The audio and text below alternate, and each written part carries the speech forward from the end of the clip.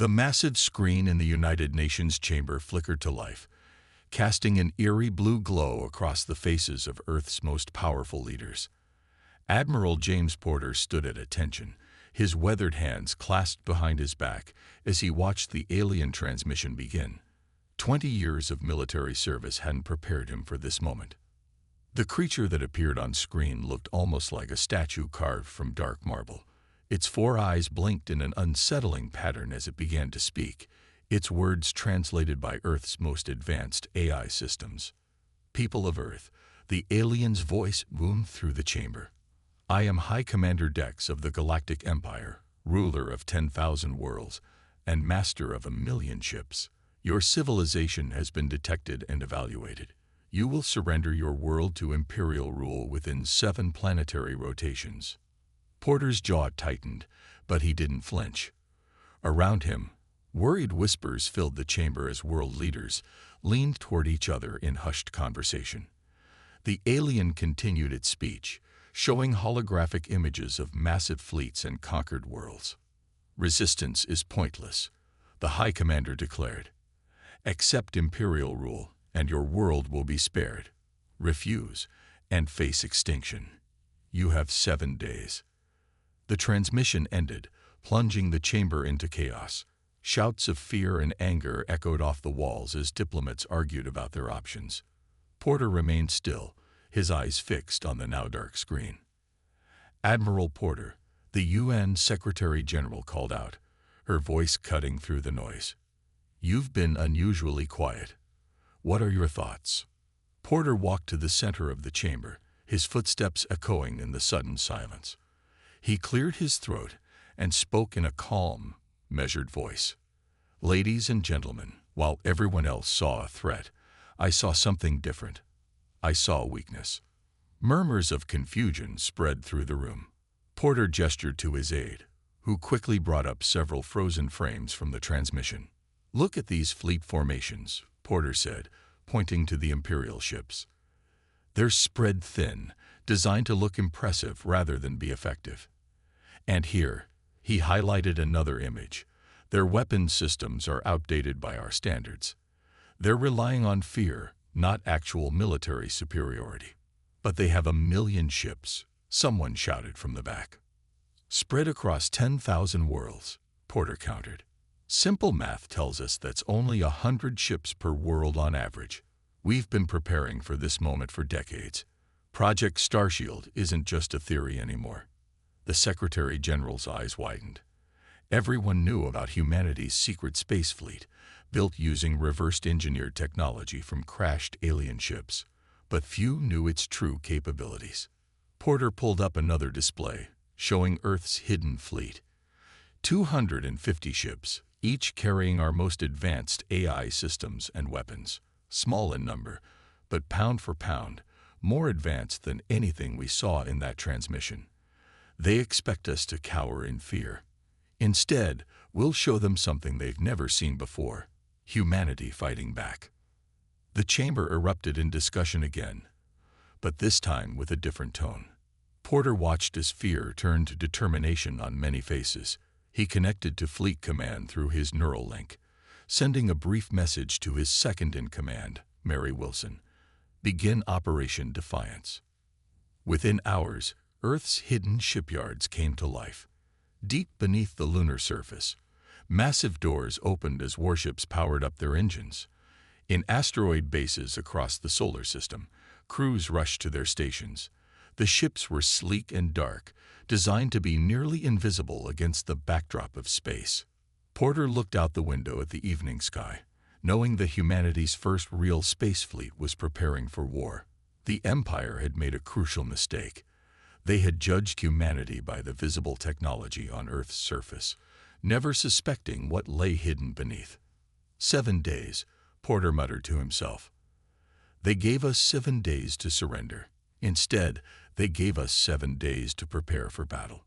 Above him, invisible to the naked eye, but present all the same, humanity's warships moved into position. The Empire wanted Earth to kneel.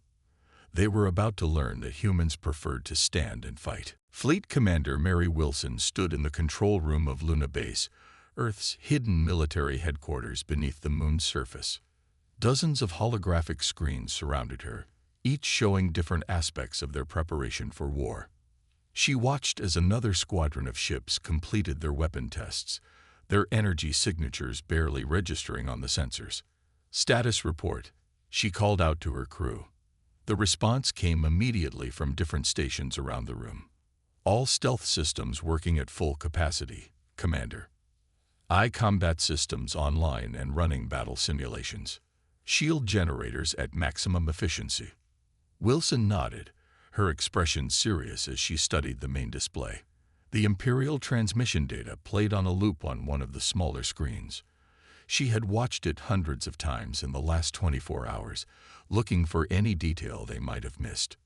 "Show me their fleet movements again," she ordered. The AI system responded instantly, creating a three-dimensional map of known Imperial positions. "Interesting," she muttered, noticing a pattern that hadn't been clear before. The door slid open, and Admiral Porter walked in. The room snapped to attention, but he waved them back to their duties. "What have you found, Mary?" Wilson pointed to the map. "Look at their patrol routes, sir. They're predictable, almost mechanical. Their ships follow the same paths over and over. It's like they haven't faced a real enemy in so long. They've forgotten basic tactical variation." Porter smiled slightly. "Empires often get lazy when they think they're invincible." "What else?" "Their ships are big, impressive-looking, but slow to change direction. Our smaller, more agile vessels could run circles around them. And their weapons." She brought up another display showing detailed scans of Imperial technology. "They're using standardized energy weapons across their entire fleet. No variation, no specialized loadouts. It's efficient for maintenance, but terrible for combat flexibility." The room's main screen suddenly lit up with a priority alert. A young officer called out from his station, "Commander, we're detecting Imperial scout ships entering the Kuiper Belt." Wilson and Porter exchanged glances. "Earlier than expected," Porter said quietly. "They're not waiting for their deadline." "Good," Wilson replied. "That means they're nervous. Permission to deploy Ghost Squadron." Porter nodded. "Approved. But remember, observation only. We need to see how they operate up close." Wilson turned to her communications officer. "Launch Ghost Squadron. Full stealth protocols. I want them to get as close as possible to those scout ships without being detected." Deep in the lunar base's hangar, 5 ships powered up their engines. They were smaller than traditional warships, painted with light-absorbing black material that made them nearly invisible to both eyes and sensors. Ghost Squadron ships slipped out of the hidden launch tubes and accelerated toward the outer solar system, their presence masked by advanced stealth technology. As they waited for Ghost Squadron's report, Wilson continued analyzing the Imperial data. "Their communication system is interesting," she said, pointing to another display.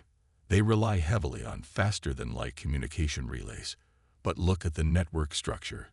It's centralized. If we could disrupt their main communication hubs, they'd lose coordination between their fleets." Porter finished her thought. "Good work, Mary. Keep digging. We need every advantage we can get." Hours passed as Ghost Squadron silently tracked the Imperial scouts. Their reports confirmed Wilson's theories. The alien ships were powerful but predictable, their crews obviously unused to expecting real resistance. Porter watched the tactical display, his mind already forming plans. "They think they're here to accept our surrender," he said. "Instead, they're giving us a perfect opportunity to study their capabilities. When the real battle comes, we'll be ready." Wilson looked at the countdown timer showing the remaining time until the Empire's deadline. 5 days left, sir. Should we wait for them to make the first move?" Porter shook his head. "No. We strike first, when and where they least expect it. Prepare the fleet. In 3 days, we show the Empire that humanity doesn't surrender. We fight." Around them, Luna Base hummed with activity as humanity prepared for its first interstellar war. In hidden bases across the solar system, crews ran final checks on their ships, Weapons were loaded, and combat AIs ran thousands of battle simulations. The Empire had started this fight, but humanity would finish it. Captain Thomas Reed sat motionless in his command chair aboard the stealth ship Shadow. His vessel led Ghost Squadron through the darkness of space, approaching their first target, an Imperial communication relay station near Alpha Centauri. The mission was simple but crucial: gather intelligence and test the Empire's defenses. Status report, Reed whispered, though he knew the ship's advanced sound systems would carry his voice clearly to the crew. All stealth systems functioning perfectly, Captain, his second-in-command reported. Imperial sensors show no sign of detecting us. The relay station grew larger on their main view screen. It was an impressive structure, stretching several kilometers across space, its antenna arrays spreading out like a giant metal spider web. 2 Imperial patrol ships guarded it, their huge forms dwarfing the human vessels. "Launch our probe drones," Reed ordered. "Keep them in the patrol ship's sensor shadows." Tiny drones, no bigger than satellites, silently detached from Shadow's hull. They moved through space like invisible ghosts, using the Imperial ship's own bulk to hide from their sensors. The drones began collecting data about the station's defenses and communication protocols. "Captain," his sensor officer called out, excitement in her voice. "You need to see this. The station's internal communications are completely unencrypted. They never expected anyone to get this close." Reed smiled. The Empire's arrogance was becoming their greatest weapon. Download everything. Their overconfidence is our advantage. Suddenly, alarms flashed silently on their tactical displays. One of the Imperial ships was changing course, heading directly toward their position. "Have they spotted us?" Reed asked, his hands gripping his chair's armrests. "Negative, sir," his tactical officer replied. "Standard patrol pattern. They'll pass within 1 kilometer of our position." The crew held their breath as the massive Imperial ship slowly moved past them. From this close, they could see every detail of its hull. The Empire built their ships to intimidate, with sharp angles and threatening weapons pointed in all directions. But Reed could also see the flaws: poorly protected sensor arrays, predictable weapon placements, and exposed engine cooling systems. "Sir," his communication officer broke the tense silence. "The drones have finished their data collection. You'll want to see this immediately." The information appeared on Reed's personal display. His eyes widened as he read through it. The station wasn't just a communication relay. It was a key node in the Empire's faster-than-light network. Even better, they now had the codes to access the entire system. "Send everything to Fleet Command," he ordered. Priority channel. Back on Luna Base, Admiral Porter and Commander Wilson received the data. Wilson's face lit up as she analyzed it. "This is better than we hoped," she said. "We can use these codes to blind their entire fleet. When we strike, they won't be able to call for help." Porter nodded. "Send the order to all Ghost Squadron ships. Begin Phase 2. On the Shadow, Reed received his new orders. His crew moved with practiced efficiency as they prepared for the next step of their mission.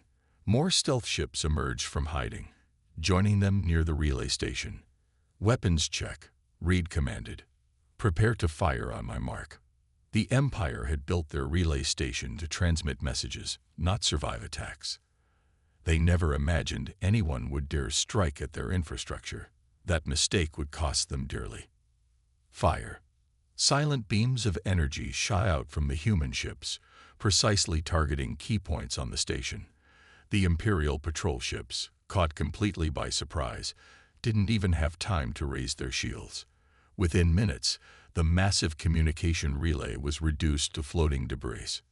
"Target destroyed," Reed reported calmly. "No distress signals sent. The Empire doesn't know what hit them." Similar scenes played out across the frontier of Imperial space as humanity launched its first strikes.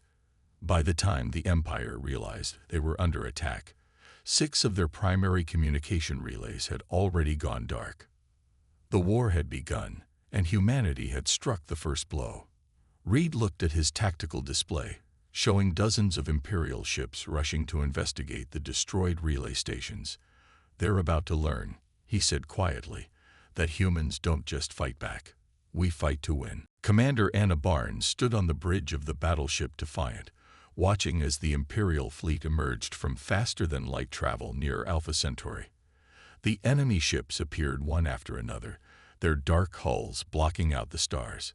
30 massive warships, including 3 dreadnoughts that dwarfed everything else. "All ships, battle positions," she ordered, her voice steady despite the tension. The human fleet waited in formation, hidden within the dust cloud of a nearby asteroid field. 20 ships against 30, but Barnes knew they had the advantage of surprise. "Imperial ships launching fighters," her tactical officer reported. "They're beginning their standard attack pattern." Barnes smiled slightly. The Empire's predictability would be their downfall. "Launch our drones. Execute Operation Hornet's Nest." Hundreds of small, unmanned craft shot out from the human ships. Unlike the Empire's fighters, which were piloted by living crews, these drones were controlled by advanced AI systems. They moved with impossible speed and precision, darting between the surprised Imperial fighters. "Enemy fleet responding exactly as expected," her strategic AI reported. "Their formation is breaking up to deal with the drone threat." "Now," Barnes commanded, "all ships emerge and engage. Focus fire on their command ships." The human fleet burst from the asteroid field like wolves from the shadows. Their ships were smaller than the Imperial vessels, but far more maneuverable. The Empire had built their warships to look intimidating, but humanity had built theirs to fight. The space around Alpha Centauri lit up with energy weapons and missile trails. Imperial ships fired their massive cannons, but the human vessels dodged with practiced ease, their AI systems predicting enemy firing patterns with perfect accuracy. "First dreadnought targeted," Barnes' weapons officer called out, firing main guns. The Defiant's advanced plasma cannons fired in sequence, each shot precisely timed. The Imperial ship's shields, designed to stop single powerful hits, couldn't handle the rapid series of smaller impacts. Gaps appeared in their defensive screen. "All ships, concentrate fire," Barnes ordered. A dozen human vessels focused their weapons on the weak points. The Imperial dreadnought's shields collapsed, and the next volley tore through its hull. The massive ship split apart in a silent explosion. But the Empire wasn't defeated easily. Their remaining ships regrouped, forming a tight defensive formation. "Enemy launching missiles," the tactical officer warned. "Hundreds of them. Activate point defense systems," Barnes responded calmly. The human ship's automated defenses came online, their targeting computers tracking and destroying incoming missiles with incredible accuracy. What few missiles got through were stopped by energy shields. "Second dreadnought breaking formation," someone reported. "They're trying to flank us." Barnes had expected this. Spring the trap. A hidden group of human ships emerged from behind a larger asteroid, catching the Imperial dreadnought in a crossfire. Their weapons carved through its armor, targeting engine systems and weapon emplacements with surgical precision. The mighty vessel, pride of the Imperial fleet, drifted powerless in space. The battle raged for hours. Imperial ships, despite their size and power, couldn't match the speed and coordination of the human fleet. The Empire's commanders, used to enemies surrendering at the sight of their massive ships, found themselves outmaneuvered at every turn. "Last dreadnought attempting to retreat," the tactical officer announced. "They're charging their faster-than-light drives." "Let them go," Barnes ordered. "They'll carry the message back to their leaders." As the remaining Imperial ships fled the battlefield, Barnes surveyed the damage. They had lost 3 ships, a heavy price, but the Empire had lost more than half their fleet, including 2 of their precious dreadnoughts. More importantly, they had lost their aura of invincibility. "Send word to Admiral Porter," she commanded. "The Battle of Alpha Centauri is won.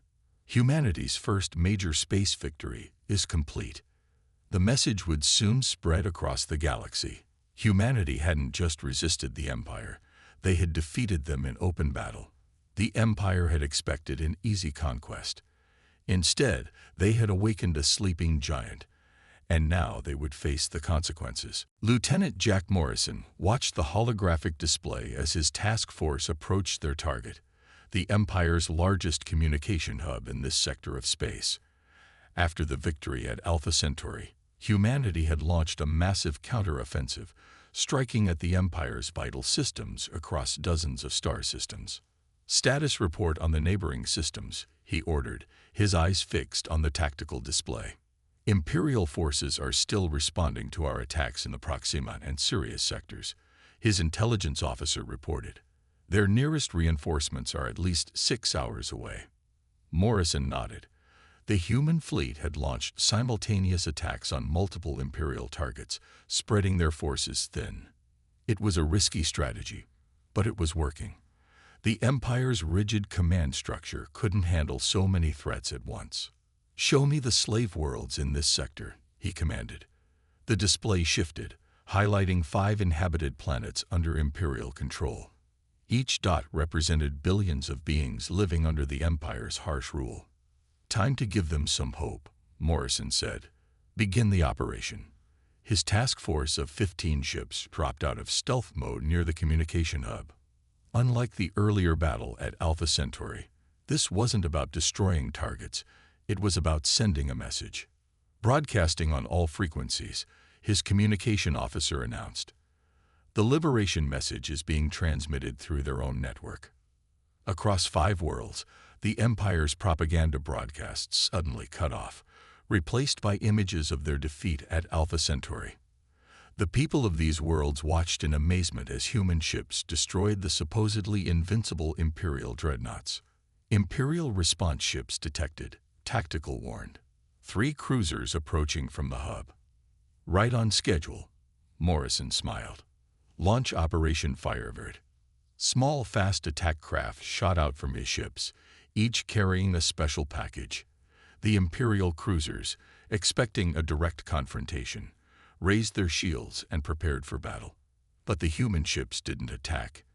Instead, they scattered, dropping hundreds of small devices around the hub and near the planets. "Communication relays activated," his tech officer reported. "The free net is online." The devices were more than weapons. They were self-replicating communication nodes designed to create an independent network that the Empire couldn't control or shut down.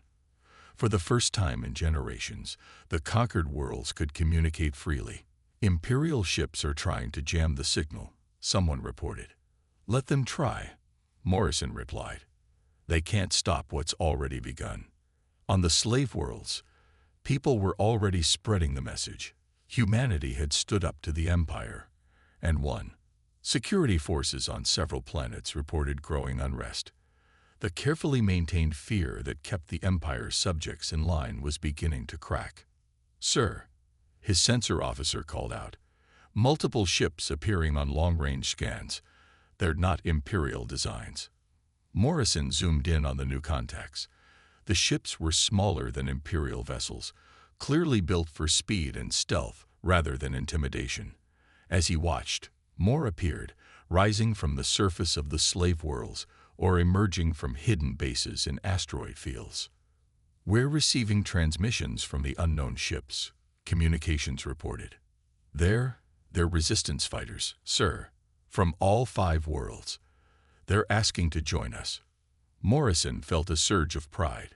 This was what they had hoped for, not just to fight the Empire, but to inspire others to fight back too. "Send them our recognition codes," he ordered. "Tell them humanity welcomes all who want to be free." The resistance ships fell into formation with the human fleet. On the planets below, more groups began to rise up, using the confusion to strike at Imperial facilities. The Empire had spent centuries building their control through fear and isolation. Now, in a single day, both were being broken. "Send word to Fleet Command," Morrison ordered. "Phase 3 is complete. The revolution has begun." As his task force prepared to jump to their next target, Morrison looked at the tactical display showing the growing number of resistance ships joining their cause. The Empire had demanded Earth's surrender, expecting to add one more conquered world to their collection. Instead, they had started a chain reaction that would shake their empire to its foundations. Admiral Porter stood in Earth's orbital command center, watching as thousands of Imperial warships appeared at the edge of the solar system. The Empire had finally gathered its full strength for one massive attack.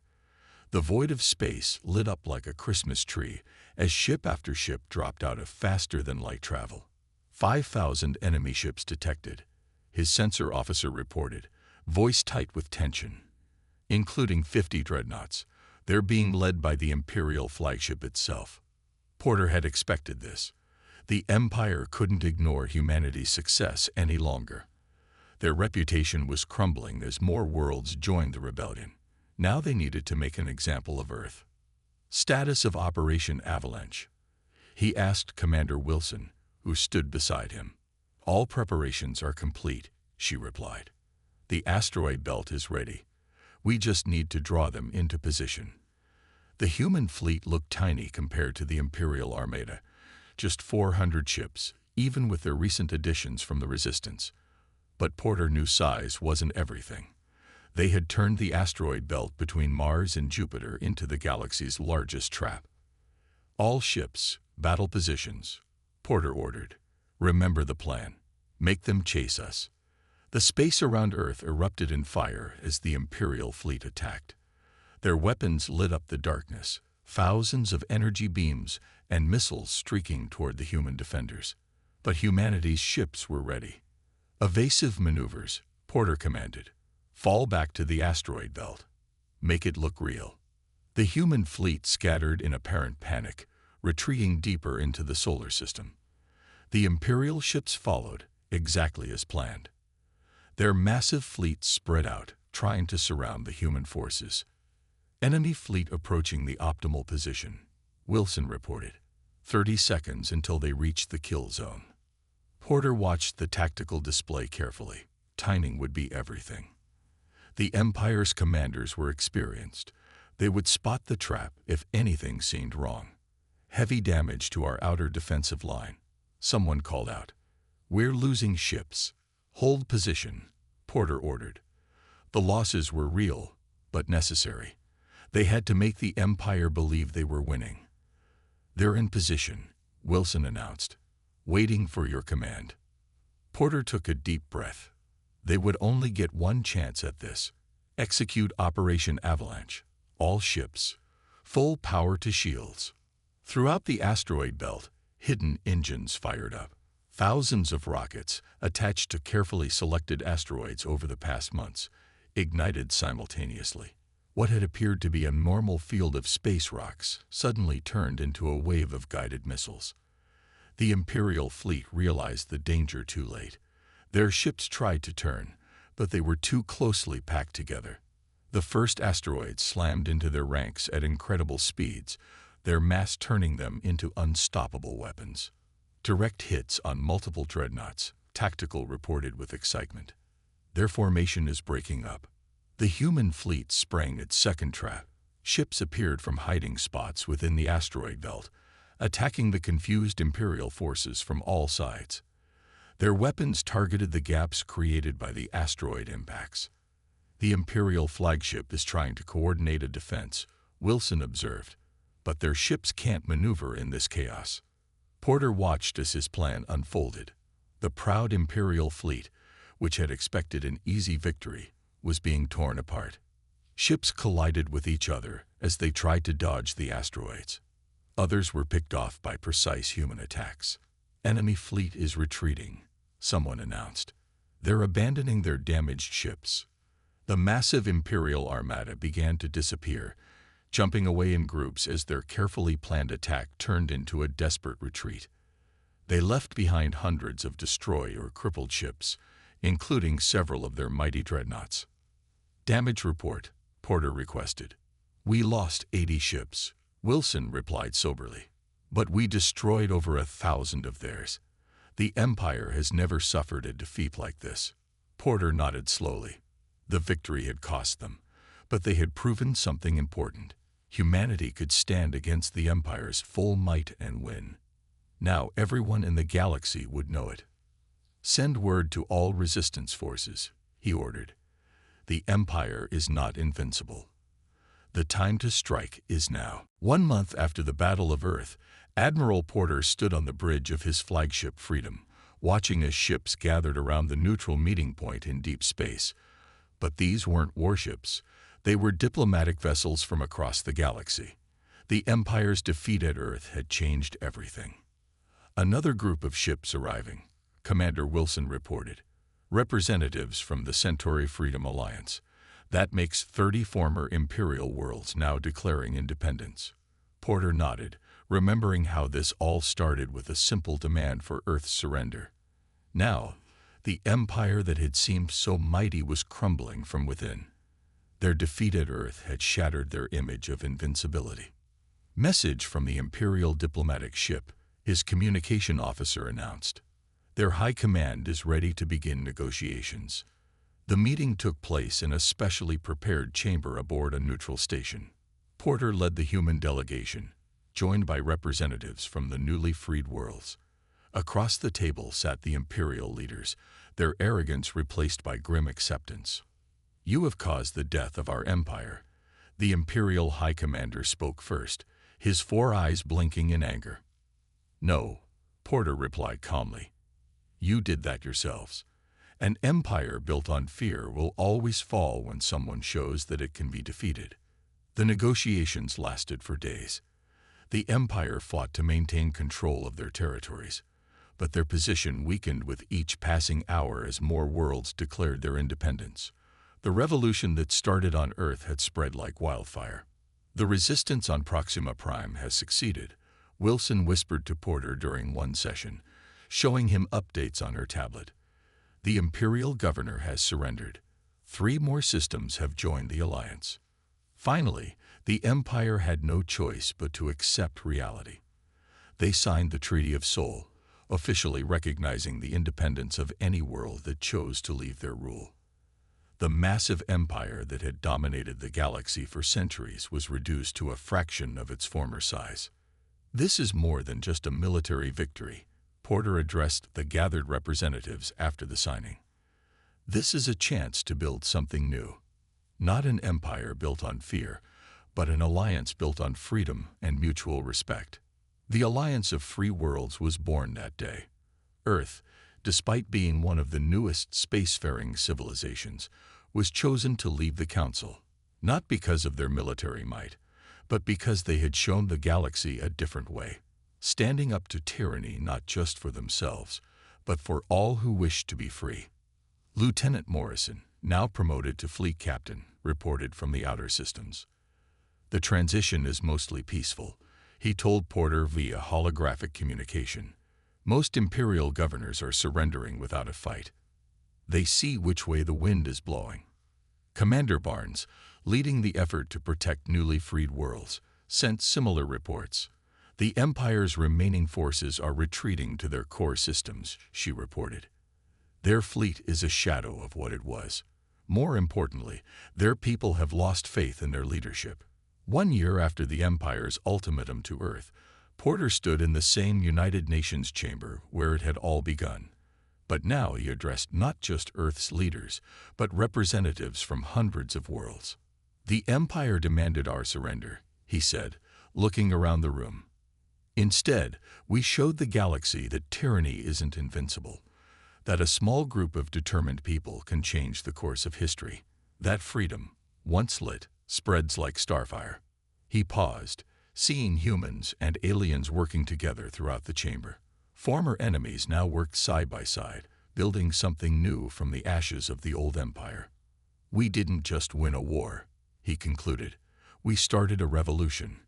Not through conquest, but by showing others that resistance is possible. The stars belong to all of us now, and we will make sure they remain free." Outside the chamber, Earth's night sky looked different now. Ships from 100 worlds moved through space lanes that hadn't existed a year ago. Trade, culture, and ideas flowed freely between the allied worlds. The Empire had tried to add one more conquest to their collection. Instead, they had triggered changes that would reshape the galaxy forever.